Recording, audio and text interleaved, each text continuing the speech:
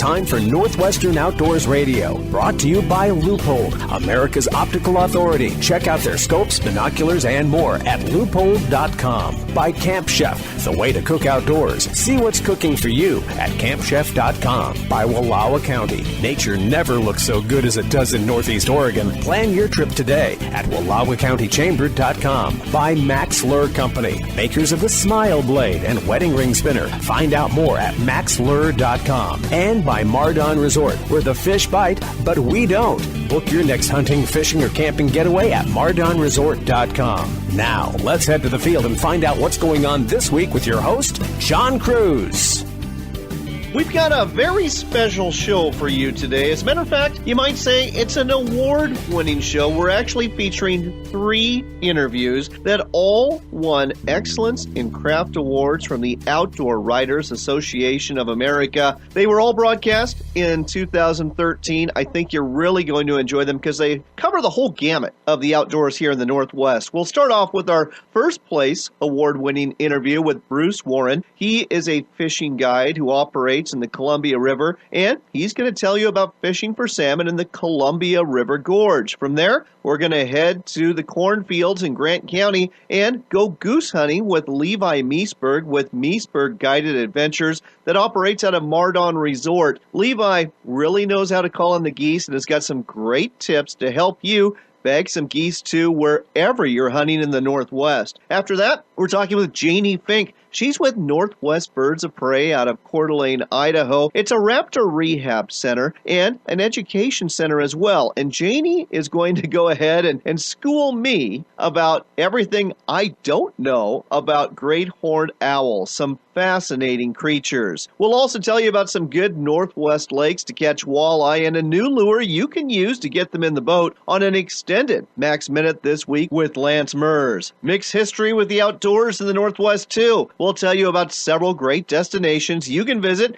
that appeal to both history buffs and outdoor enthusiasts. Just imagine, you can play outside and learn a little at the same time. But before we get there, it's time for another edition of Sportsman Spotlight, brought to you by our brand new sponsor, Shiloh Inns and Suites. Shiloh Inns, their tagline is affordable excellence. They have properties all over the Northwest. If you haven't been in one, you need to stay at one because they're wonderful places, and truly, the tagline of affordable excellence is appropriate for Shiloh Inns. David Sparks this week is going to be asking guest Tim Elam the question, what do you prefer to hunt? It's the sort of question that provokes a lot of good discussion between friends. What do you want to hunt? Elk, muleys, whitetail? David Sparks, Sportsman Spotlight. I met Tim Elam at a sportsman show in Boise, and he was featuring a rifle sling that he calls the Pack Rat. It's a very nifty little device, and he developed it because he is, in his own words, an avid hunter, and he does have his preferences. I've been hunting for years, as long as I could hunt. Shot my first elk when I was 14 and just been hunting elk ever since. It's kind of one of my passions is elk hunting. I'm still in pursuit of the monster buck or even a massive bull. I'm a meat hunter when it comes to elk. Eating elk meat meaning the most delicious and healthful food you can possibly get your hands on, certainly on the protein side. I agree with that. Yes, sir. It's something I've raised my family with. Definitely elk meat has been one of our mainstays. I hunt muleys as well. I shoot more whitetail than I do muleys. I shot a deer one time that charged me. That one I will never forget. All right, slow down for just a second. Let me ask you 2 questions, and then we'll get into that. You Okay. prefer whitetail over muley because of the hunting experience or the eating experience? The hunting experience. They are tougher to hunt, in your mind? In my mind, there's more action. There just seems to be, if you miss that opportunity, you know you're going to have another one nearby. That's the way I look at whitetail hunting. There always seems to be plenty of whitetail deer running around. Almost like bird hunting to me. You know, you get into a flock of them and you go over the hill and you get into another flock. This is David Sparks for Sportsman Spotlight. Confused by so many national brand hotel reward programs? Blackout dates, expiration dates, different points for different hotel rewards, and gimmicks? At Shiloh Inn Suites Hotels, it's simple. No blackout dates for any rewards stay. If we have a room available, it's yours. Hi, I'm Mark Hemstreet, owner of Shiloh Inns. As a rewards member, you'll receive free room upgrades, a dedicated personal agent to help book your stay, points that don't expire, points that can be used for free nights at any one of our beautiful hotels or donations to your local school or free airline tickets, and much more. And as a special bonus, you'll earn 100 free bonus points just for signing up. From your very first stay, you receive free Wi-Fi, free breakfast at most locations. The kids stay free. We don't charge ridiculous resort or parking fees, and we're dog-friendly. Shiloh Inn's affordable excellence. American-owned and proud of it. I'd like to tell you I just brought down that buck, but I didn't. I missed. And you know why I missed? Because of the scope I've got on my rifle. You see, my friends told me to get a Leupold rifle scope. Why? Well, because Leupold is America's optical authority. They make a huge variety of quality scopes for every need, and they make them right here in the Northwest. Unfortunately, I didn't listen. I used the cheap scope that came with this rifle when I bought it. And when it came time to pull the trigger, well, let's just say things were a little blurry. Now, I've got nothing to look forward to except a long, empty-handed walk back home. Next time I come out into the field, there's going to be a Leupold scope on my rifle. And next time, I'm not going to miss. Leupold rifle scopes. Check out the whole line at Leupold.com and look for them at a sporting goods store near you.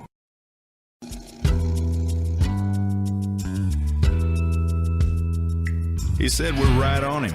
Without missing a beat, you'll drop your line down to 42 feet. If you don't screw up, it won't be long. Someone in this boat's gonna sing Fish On. Fish on, fish on.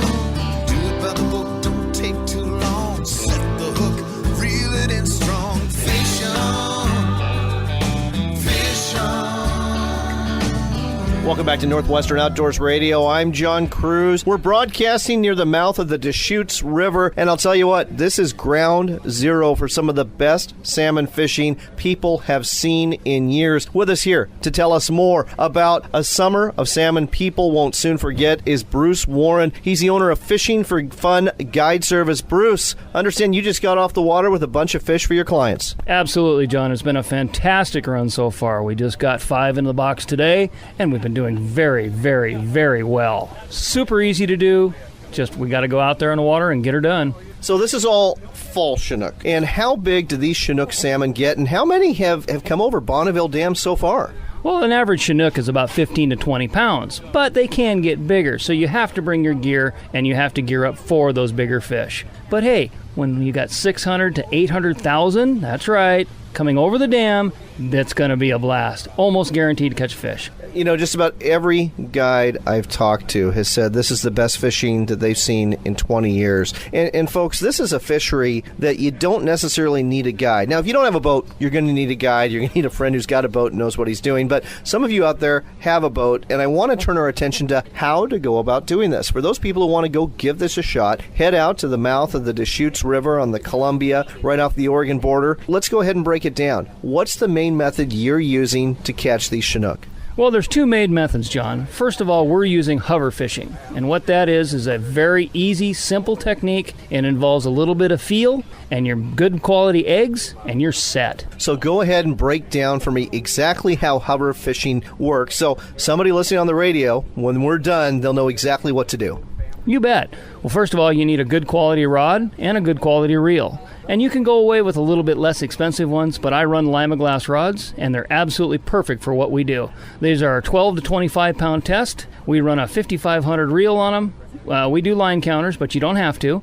And we run braided line, 40 pound test braided line on there. And then we'll sit down there and we'll tie it off. We'll put a slider on our line, main line, for our lead, and then we'll put a simple swivel on there, and we'll run about 3.5 to 4 feet a leader to a 2-aught hook.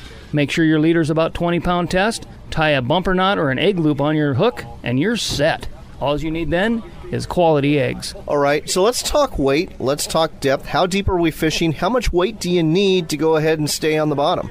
Well, the depth is very, very easy to do. It's only 13 to about 28 feet. That's what we're fishing at, and that seems to be where the fish are at. 2 ounces is absolutely perfect. High wind today, and 2 ounces held us down just fine. There is something about the feel, though. I mean, I've done this before with Doug Allen. He's a pro staffer for Max Lure, just like you are. And the guys in the boat I was with, they had, for lack of a better term, wooden hands. You know, they just didn't sense that bite. I mean, you've got to be sensitive to what's going on there. And when you feel something, you got to set the hook right away, don't you? Absolutely. You've got to really watch your rod tip, because what happens is these fish will literally pick up your bait and you won't know it. So watch your rod tip. That's why we have the sensitive tip rods. Pick it up and set the hook. If you feel something, it may be a chub, it may be a 25-pound Chinook. Set the hook hard and hang on. We're talking to Bruce Warren. He is the owner of Fishing for Fun Guide Service. He's got a website, fishingforfunguideservice.com. You can also call him at 253-208-7433. We've talked about hover fishing for Chinook. Let's talk about something else. You can't always do this. Sometimes, especially here in the gorge, it gets windy, and sometimes the current's running hard too, and it's difficult to do this method of fishing. I'm guessing plugs is the other way to go. You bet. We can either troll them or you can anchor up and fish them that way. Right now, the last couple of days here, the current has been very mild, so we're not having to worry about anchoring up. So our next best bet would be trolling. You put on your favorite plug, be it Wiggleworts are very popular, the 3.5 mag lips and the 4.5 mag lips, wrap them up with your favorite sardine wrap, herring wrap, whatever you like, and troll those. Some people will do a long line. Some people will run them off a dropper with their weight on it, so they keeps them more under control and more underneath the boat. Either way will work. I recommend putting a little weight on them and getting them underneath the boat so you're out of the way of other boaters. Let's go ahead and talk about colors. I mean, it's easy with the hover fishing. You're using egg colors, and you're using reddish purple. Sometimes you'll dye them. I understand that. But when it comes to the plugs, is there any colors that seem to work better than others? Well, you can't go wrong with anything with chartreuse on it and chrome. Then when it gets sunny out, which it does here often in the gorge, a little bit of blue on there helps too. And then there's the all-time favorite, the good old green fire tiger. That thing will show up in any kind of weather, any kind of water, and it flat catches fish. So we've broken down how to catch these fall Chinook, but I guess we ought to point out, the mouth of the Deschutes, that's where it's happening right now. But you can catch these fish using these techniques at a lot of different places up and down the Columbia River. What are some other places, as we're at the end of September, heading into October, that you'd recommend people try? Well, right now we're in between the Bonneville Dam and the Dalles Dam. So we've got 3 rivers here. We've got white salmon, we've got the Klickitat, and we've got the Deschutes. All are holding fish right now. Our choice this time was the Deschutes. But then once they get up above the Dalles Dam, you've got other situations up there. John Day will hold these fish and other river mouths further up. What happens is the Columbia is very warm this time of year, and these fish need to cool off a little bit. So they go into these river mouths that come in that push cooler water in there, and they cool off, and then they'll take off again. And that's where you intercept them at. Interesting stuff. Let's go ahead and talk about something else, though, because, the Kings, they are starting to move out of the lower Columbia right now, but folks, don't worry, because there's another species of fish coming. The coho. Tell me about this run. Oh, absolutely fantastic. Some of the most acrobatic fish you'll ever want are these coho. They will jump, they will roll, they will fight. They'll make a summer steelhead look like a big weenie. And I love summer steelhead. You're hurting my feelings here, but I agree. Coho, they are the bomb. They are an awesome fish to fight. They're an awesome fish to catch. They come in good size as well. When is this run coming through, and can you use the same techniques? Well, the run is starting to come through right now. It's coming through the lower Columbia, always right behind the Kings. There's still a good fishery going on, even at Astoria right now, until about the first part of October. And then when we get the first big winds or the first big rains, they'll start moving up. So you got the Cowlitz, Lewis, Kalama, all of those rivers will start getting their coho, and then all the way up the river. So here in between the Dalles Dam and the Bonneville Dam, you've got these 3 river mouths. Guess what? The coho will be there. Just a matter of time. All right, and again, we've had this just absolutely gigantic run of Chinook. Any idea what the forecast is for the coho? Last I heard, it was a little over 500,000 coho coming up, and boy, that's a lot of fish. In other words, folks, the good times are going to keep coming. So, Bruce has given you the techniques you need to go out there and catch some of these, but if you want to learn from a pro like Bruce, go ahead and give him a call. Let's go ahead and give out the information for Fishing for Fun Guide Service so people can get a hold of you and book a salmon fishing trip. Well, give me a call on the phone. That's the easiest. 253-208-7433. Or you can get me on the web at fishingforfunguideservice.com, and my email address is brucewarren@fishingforfunguideservice.com. All right, that's fishingforfunguideservice.com. Again, fishingforfunguideservice.com, or give them a call, 253-208-7433, 253-208-7433. And by the way, Bruce can also take you fishing for steelhead and sturgeon as well throughout Washington State and the Columbia River system. Bruce, thanks for sharing all this with our listeners. I'm pretty sure you're going to help some of them come home with some fish in the cooler. Well, that's the idea, is get these guys some fish, and maybe they'll talk to me about a guide trip. Fish on.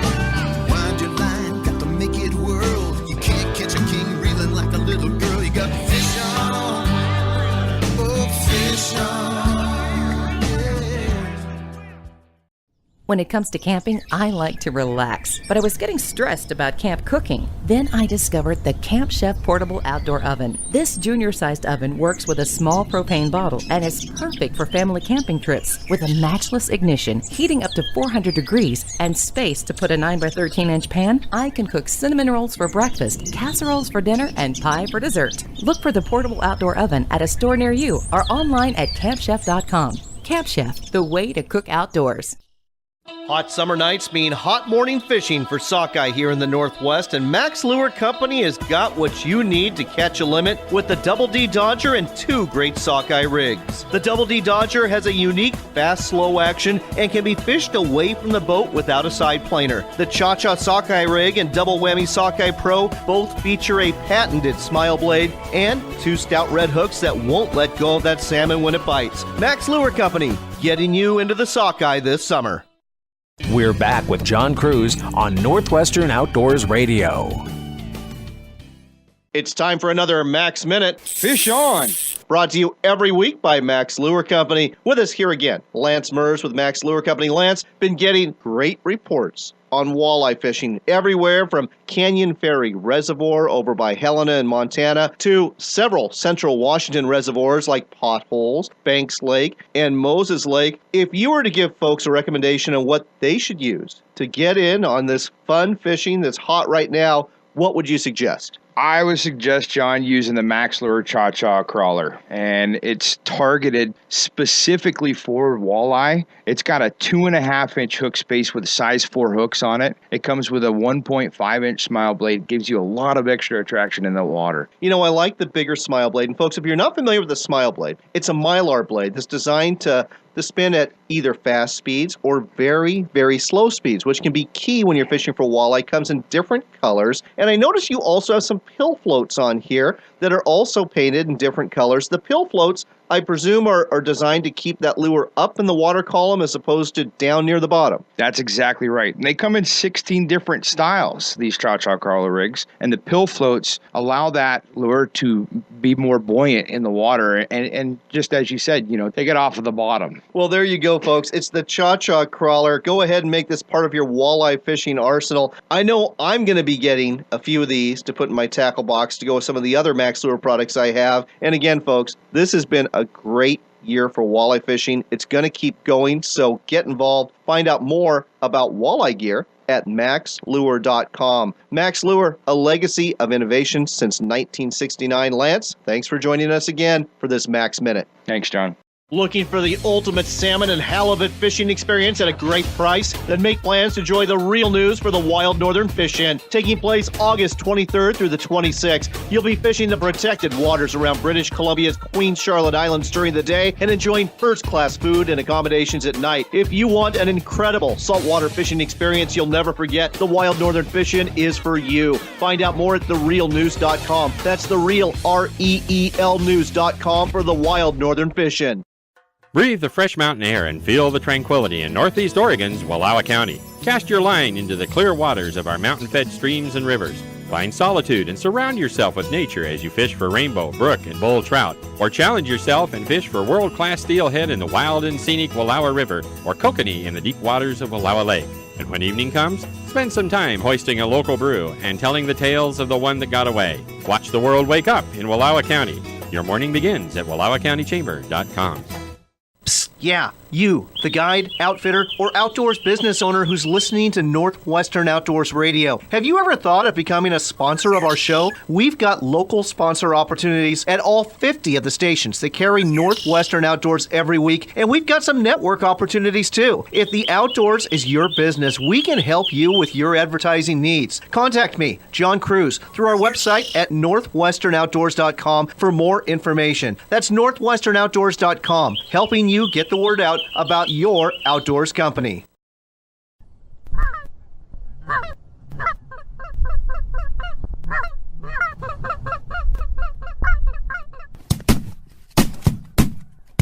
That was easy. Welcome back to Northwestern Outdoors Radio. We're broadcasting, well, from a field of plowed corn in Grant County, Washington. We've been hunting ducks, we've been hunting geese today with Levi Meesberg with Meesberg Guided Adventures and his father Mike and about half a dozen other guys. And we've been having a heck of a nice shoot. Levi, thanks so much for a great day. Yeah, we're having a good morning. We're killing a few geese, killing a few ducks. It could be going a little better, but we're slowly stacking up a pile. Well, I got no complaints, and I thought we'd go ahead and talk today about basically field hunting 201, because we're transitioning from that time of year where duck hunters are coming off the water and they're going to the fields, and goose hunters are going to the fields too. And this has been a nice combo day, and I thought we'd just kind of break down some of the things that go into a successful field hunt, no matter where you're hunting in the Northwest. I guess the first thing we need to talk about is you got to find out where the birds are, and that involves scouting, doesn't it? Yeah, first and foremost, getting out in your pickup and doing your homework and, finding some birds on the ground, finding some fields, and then obviously if it's not ground that you have leased, seeing if it's something you can get permission on, which when it comes to field hunting, the time you spend scouting and securing the ground you're going to hunt is as important as any other part of the whole situation. Now, it used to be, you can knock on a farmer's door and you'd have a pretty good chance of getting on to hunt, but anymore, this has become a popular sport, and it sounds like you might want to have a little cash available because some landowners will charge for the privilege, won't they? Oh, yeah. The days of old are still there, I would imagine, in a lot of areas. We don't see that here much in the basin. It's too solid of a flyway. There's too many birds. So, ground has a value for more than just farming. It has a value in hunting. So, lease agreements, every deal you work with every farmer is a little different. But yeah, there's still, there's always the occasion where you happen to find some birds on a piece of property that somebody hasn't tied up. And, then it comes down to a hunk of salmon, some money, some whatever the hell it takes to get you on that piece of dirt. Amen. All right. So you've secured that piece of dirt, and whether it's a wheat field or cut corn or whatever it is, you're going to get there early in the morning. And let's talk about pit blinds versus layout blinds. What do you prefer for this sort of hunting? It really depends on the situation. Shooting ducks out of a pit is difficult. They're too quick. The time it takes to get the lids down or thrown or whatever kind of pitch you're hunting, it takes too long. We're hunting laydowns. Honestly, if we were in a pit right now, we'd be done with our geese. We're not looking quite good enough. I think we've got 13 or 14 geese. We've got about 15 or 20 ducks. The ducks will start coming good here pretty quick. But we're killing birds, but it really has to do with a number of things. A, can you and do you have the ability to put a pit in? And B, are laydowns a better way to go? A lot of guys like shooting, in a pit. A lot of guys like the laydowns because the visual side of it's better. But, and then first and foremost, that has to do with the landowner you're working with. If it's not your own ground, on is it even an option, to dig a pit, and it depends on the farmer. There's certain farmers I work with that'll let me dig in fresh plant stuff. There's other guys that, if it's disc corn or something they're tilling, they don't care because they're going to be back through it with machinery. But if it's planted and it's the crop they're going to take off that field, there's no holes allowed.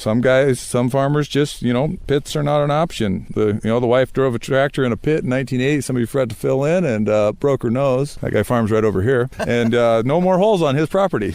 Understood. So let's just go ahead and assume that for most people out there, you're going to be having a layout blind. And, this is actually my first time hunting out of a layout blind. You took me on a goose hunt out of a pit blind a couple years ago. We had a great time. Personally, I prefer the layouts. You're right. I like being able to see the birds as they come in. That's a lot of fun. The one thing, though, that you mentioned, and that's kind of burned us a little bit early on, is you've really got to camouflage these, don't you? I mean, camo. If you're not perfect, those geese aren't coming in. Yeah, and I mean, if you're hunting them from the edge and you have a weed line to work with, it's pretty basic, and it's all the same. You need to look like whatever you're hunting. This isn't quite as trashy a field as I would like, so we're having a little trouble matching. We had a lot of frost this morning, so any place you walked or disturbed ground, with laydowns, this is flailed and ripped corn, you got to dig the edges in. You don't have to dig a long ways, but just enough to get, those edges down below the surface to break those straight lines up, because there's no straight lines in a field naturally. Well, and that's a great point. And that wasn't a lot of fun today, digging into some frozen ground to get these layout blinds in, but it's making a difference. We got the camo going and the birds are coming in. Let's talk about something else. You mentioned frost, and I want to touch on the decoys. I'll be honest, I'm that guy that just goes ahead and throws the decoys out. I don't think a second thing about it, but you had plastic bags over the decoys, and you literally didn't take those off until right before shooting time.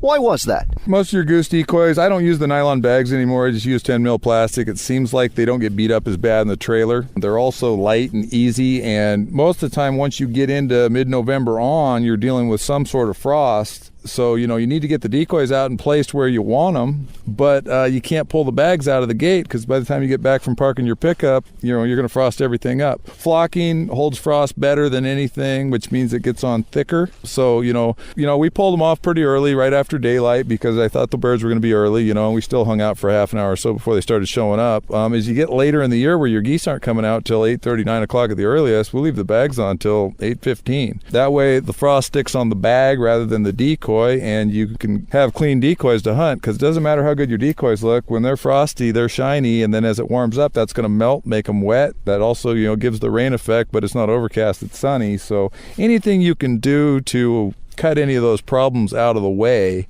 will help you with your knockdown in the long run once the birds start moving. Let's go ahead and talk about the quality of decoys. You're using full-body drop zone decoys. They're flocked, like you said. These are really nice decoys, running about $100 a piece. How important is it to have good decoys like this? Can you get by with plastic shells or not? I'm sure you can, and actually we mix. There's two kinds of decoys out here because we put out a big set. But the factory stuff that they make nowadays is pretty darn good, and you can shoot a lot of birds over it. Obviously, Drop Zone or Dave Smith, and even these new avians, they're a factory decoy. They're great, but you get what you pay for in anything. Whether you're buying fishing rods, fishing reels, decoys. The guy with the airbrush does better work than the machine that shoots them out mass production. Let's go ahead and talk about something else here. You got the decoys out, you're properly camouflaged, the birds are flying, and boy, there's been a lot of birds flying today. Thousands and thousands of geese, hundreds of ducks. Interesting to me, we've been getting quite a few ducks, and we're only using goose decoys with the exception of a couple of spinners. How is that working? And most guys do it this way. When we field shoot duck, in this situation, we're shooting geese and ducks on the same spot. So we're essentially hunting geese, throw out a couple spinners, now you're duck hunting. But even when we're just shooting in the afternoon, you're shooting a cornfield for just ducks, I don't use duck decoys. Some guys still do. You can put out 50, 60 full body goose decoys, throw your 2 or 3 pull string spinners out there, and the ducks will work just fine, if not better, on the geese. Especially if you get standing corn knee-high stuff, they pop out. Where, your duck decoys, you're going to have to put 300-400 of them out to really get anything that looks like anything. The other thing we've been doing today is flagging these geese to get their attention. Anything in particular that stands out on that? Yeah, normally, you'll flag a little bit early, get them comfortable, and, when you're hunting big geese, flag them on the turn a little bit just to help them finish, if they need it. With little geese, a lot of times, whatever you can do to keep them doing what they're supposed to be doing, do it, and like Todd and I have been talking, we're gonna flag till we shoot. Last but not least, calling. You've really done a minimal amount, and I think that's a classic mistake most people make, is they overcall, don't they? Well, it all depends on the bird you're hunting. These bigger groups of lessers, you don't really gain much. You get a single or pair to pull out, and you can talk to them, and you get small groups. Big geese, I've been calling a lot lately, really calling them all the way to the shot. But little geese haven't been calling much. That's pretty normal. We're getting later in the years. And, if they're doing what they're doing, just let them do it. You'll notice that the later you go in the year, the quieter the birds are on the ground. All right. We are out of time, but Levi, it's been a great day in the field. We appreciate it. If people want to go hunting with you, let's go ahead and give them a website and phone number so they can book a trip. Easiest way to get on our website, just go to mardonresort.com and then slide over to the hunting link, and that'll take you to everything. That's MardonResort.com, MardonResort.com, to go ahead and go hunting with Levi Meisberg or Mike Meisberg or some of the other great guides here. And the phone number, 1-800-416-2736. That's 1-800-416-2736 for MardonResort.com. Levi, thanks again. Let's go ahead and get some more birds. Let's do it, John.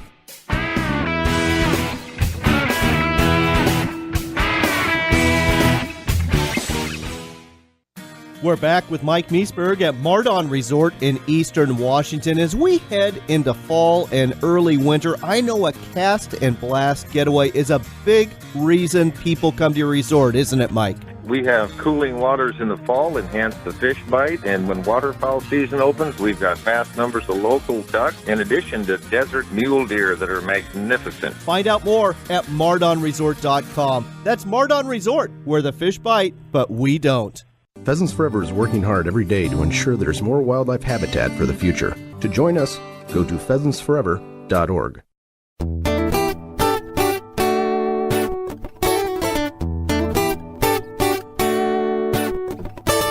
You're back with Northwestern Outdoors Radio. I'm John Cruz. We've got a real treat for you next. We're talking to Janie Fink. She is the president, founder of Birds of Prey Northwest, a raptor rehabilitation center they call Coeur d'Alene, Idaho home. And she's one of the most fascinating people I've come across. I just finished listening to a presentation she gave about the different raptors that they have for educational purposes. One of them is the great horned owl. It's a bird you probably think you're familiar with, just like I thought I was familiar with, but it turns out I'm wrong. With us here to tell us more, Janie Fink. Janie, welcome to the show. Hey, thanks for having me. The great horned owl, it's the big hoot owl that everyone hears outside and sees occasionally in the trees here in the Northwest. Tell us a little bit about them. They seem harmless enough, but I understand from your presentation they're actually a pretty fierce hunter. They're a fearless predator, of course, fearful of humans, as is typical of most wild animals, but it's the great horned owl that preys on many mammalian species, mice, skunk, birds alike, and a very ferocious predator because of the strength in its feet. Like a true raptor, it grabs its dinner with its feet, but unlike most day-active birds of prey, it is the great horned owl which hunts with its hearing. Okay, you got me there. Now, I heard you say mice, and I was ready for that, but then you said skunk. I mean, skunks, they're a predator in and of themselves. You're telling me that the great horned owls are actually going after skunks out there? The great horned owl is the only known natural predator to the skunk, so the answer is yes.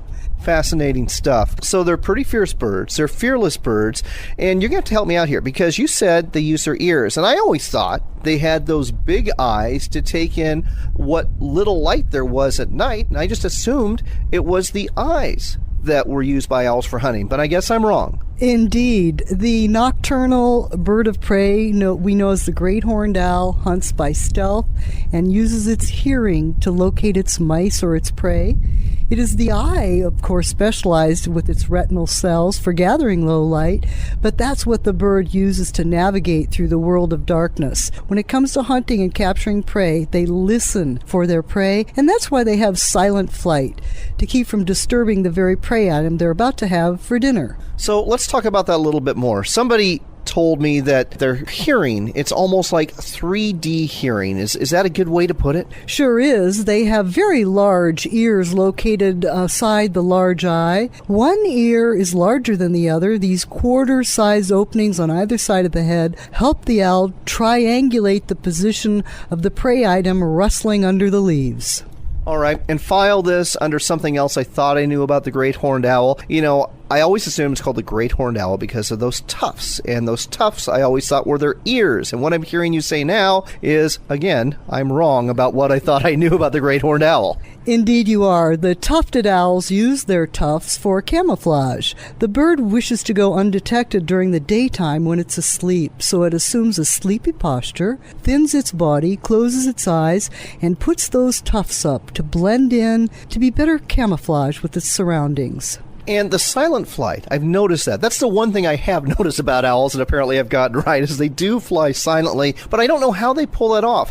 How is it they fly silently and other birds don't? Well, that's a good question. Owls have very soft feathering if you ever handle them as we do. But most importantly, they have comb-like projections on the two leading edge feathers of the wing. These special comb-like projections break up the sound of flight over the wing edge and allow the owl to fly in silence. One other thing I thought was really interesting about the great horned owl is when they mate and how they go about it really early in the year, and they don't build nests. Correct. They nest so early in the year, sometimes as early as February. These horned owls are on their eggs. They typically use the nest of a raven or a red-tailed hawk. This serves them well, and their family is complete by the time the raven or the red-tail needs the nest back. How is the population of great horned owls doing here in the Northwest? Very well. The great horned owl is one of the most commonly found owls across North America, a species apt to adapt and survive, much unlike the peregrine, which got in trouble with DDT because it only eats a specific food item. The great horned owl eats many different varied things and is much less apt to suffer from pesticide. You're listening to Northwestern Outdoors Radio. We're talking to Janie Fink. She's with Birds of Prey Northwest out of Coeur d'Alene, Idaho. She's told me, and you, probably a lot of things you didn't know about the great horned owl. What I want to talk about next, though, is your organization. Tell us a little bit about what your organization does and what you're trying to do. Our 20-year-old organization has a dual-fold mission. We rehabilitate injured wild raptors, shot, electrocuted, fallen from the sky in need of medical attention. But most importantly, we travel with trained educational raptors, and we get them in front of youth most often and teach them why conservation of habitat and the future needs of these raptors will be dependent upon youngsters. How many people work with Birds of Prey Northwest? We have a volunteer staff of about 20 people. We are all volunteer and dependent upon private donations to fund our organization. And folks, it's really important we talk about that. You can donate to a lot of good organizations, but let me put it this way.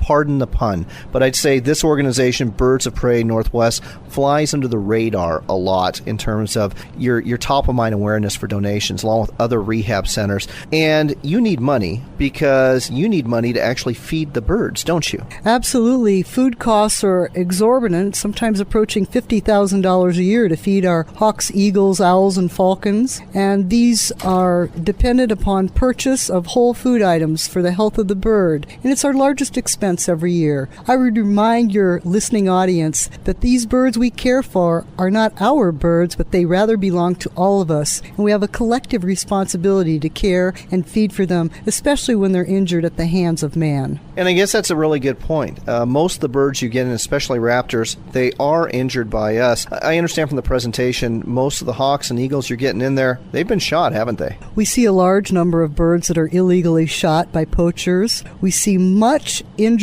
caused by car collision. Remember, owls like the great horned owl have been on the planet for 30 million years. We've only reintroduced cars recently to their environment, and they will have to adapt. It's one of the largest causes of injury to all raptors across the country, car collision. If somebody comes across an injured raptor, what do they need to do? Well, be mindful of the feet. That's the business end of a raptor, but throw a shirt or towel over its head as you approach it. Scoop it up and get it in the box of a car, the trunk, and get it to a fish and game officer or a rehabilitator. Don't feed the bird. It can often cause more problems than it can solve. All right, and one more time again, I think we need to put in perspective how much it costs to feed the birds you have. How much does, for instance, a quail cost, and how many quail does a falcon go through on a daily basis? Peregrine falcon eats several quail a day, and these birds cost $2.50 a piece. Each horned owl eats about 15 mice a night. That's 50 cents per mouse,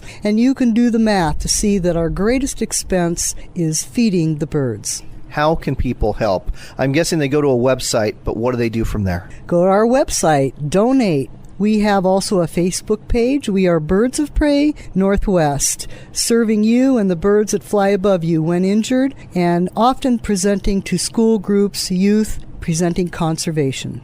Okay, again, this organization, completely volunteer dependent. They don't get anything from the government. They need your help. It's birdsofpreynorthwest.org, birdsofpreynorthwest.org. Like them on Facebook, too. Help them out. This is a great organization with some great people doing some great things for the raptors we all love. Thank you so much for taking the time to tell us about it and for the work you do. My pleasure. Keep your eyes skyward.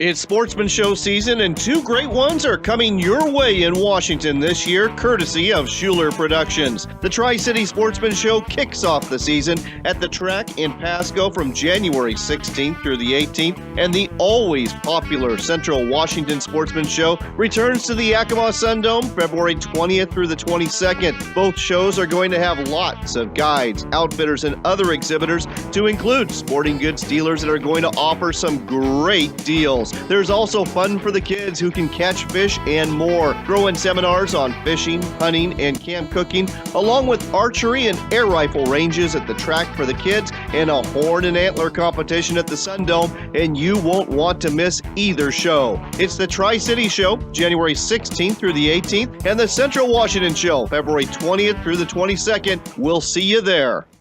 Wake up to winter in Wallowa County. Grab your camera and don your skis for some Nordic skiing adventure at Salt Creek Summit or Wallowa Lake. Or spend the day on the family-friendly slopes of Fergie Ridge. Or slip into a set of skates and enjoy some time on the ice at our outdoor ice rink. Need to warm up? Then grab a cup of coffee or hot chocolate at one of our fine coffee and confectionery shops. And when evening comes, enjoy some of Wallowa County's fine dining and gaze at the stars before you dream of tomorrow's adventures. Your winter adventure begins at www.wallawacountychamber.com. I'm Bob Loomis, and I fish for walleye. Sometimes when I'm out on the water, I feel like a destroyer captain hunting for targets with my electronics. I'm not hunting submarines, though. I'm hunting fish, and when I find that big one on the fish finder, I want to make sure she's going to bite. That's where the Smile Blade Slow Death Rig from Max Lure comes in. The Smile Blade spins and flashes at ultra-slow speeds, and the one-of-a-kind red hook keeps that bait moving in a way the fish can't resist. It's the Smile Blade Slow Death Rig, only from Max Lure. Need to get away? Then head to Mardon Resort in sunny Central Washington. The fishing's awesome, wildlife is everywhere, and Mardon is the perfect place to swim, boat, and soak up the sun. When the day is done, hang out at the beach bar and grill or head to your tent, RV, hotel room, or fabulous park cottage. Call 1-800-416-2736 to book now. That's 1-800-416-2736 for Mardon Resort. It's time for the big ones. That's right. The two biggest shows in the Pacific Northwest are coming up soon. The Washington Sportsman Show is first, taking place at the Puyallup Fairgrounds, January 21st through the 25th. And then it's time for the second largest sportsman show in the entire nation. The Pacific Northwest Sportsman Show takes place February 4th through the 8th at the Portland Expo Center. Looking for a big show? Well, they're coming up soon in Puyallup, January 21st through the 25th, and Portland, February 4th through the 8th. Go to otshows.com. That's otshows.com to find out more, and don't you dare miss out on the big ones. We're back with one last cast from John Cruz on Northwestern Outdoors Radio. Before we go, we thought we'd share some places you might want to visit that combine a little bit of history with some outdoors fun. Case in point, the Triangle of Death, as it was once known, 3 forts converted to state parks on Puget Sound. There's Fort Casey on Whidbey Island, Fort Flagler near Port Townsend, and Fort Worden in Port Townsend. All three have a rich history of military occupation where they used to go ahead and guard the entrance to Puget Sound to prevent any invasion of the Seattle area. Today, they offer not only a chance to peer back into time, but also chances to walk on the beach, to go camp, to see lighthouses, and lots of wildlife too, and in some cases, enjoy some great fishing. Find out more at the Washington State Parks website. In Oregon, near Astoria, you've got to visit Fort Stevens State Park. Again, great camping here, and another military fort that holds the distinction of being the only place shelled by the Japanese on the mainland U.S. in World War II. Don't forget to check out the Peter Iredale, too, an old bark that came ashore and wrecked, and its skeleton sticks up in the sand today for you to visit. Go to the Oregon State Parks website to find out about that. In the northern Idaho Panhandle, you might want to go visit Farragut State Park. It's an old World War II Navy training station, believe it or not, and today it is a beautiful place to visit where you can recreate in the water, camp on shore, and go ahead and learn more about what the Navy did here during World War II. Finally, going further back in time, don't forget to visit First Peoples Buffalo Jump State Park in Montana near Great Falls. This is a really interesting place where there's an interpretive center and a hike up to a hill where Native Americans used to stampede herds of buffalo off the cliffs, and that was their way of doing subsistence hunting to survive. Very interesting place. It offers hiking, it offers wildlife watching under those big blue skies that Montana is known for. Go to the Montana State Parks website for more information about First Peoples Buffalo Jump State Park. That's all for this week. If you get a chance, go to our website too at northwesternoutdoors.com. You'll find links to find out more about the guests we have on the show. And in case you missed it, audio from the previous week. Don't forget to like us and follow us on Facebook too at Northwestern Outdoors Radio. We're always posting information that's timely but doesn't always make it on the show. I'd like to thank our guests again. That's Levi Meisberg at Mardon Resort, who took us goose hunting. Bruce Warren, great fishing guide who operates on the Columbia River, and Janie Fink from Northwest Birds of Prey in Coeur d'Alene. Until next time, take care, God bless, and make it a point to spend some time outdoors.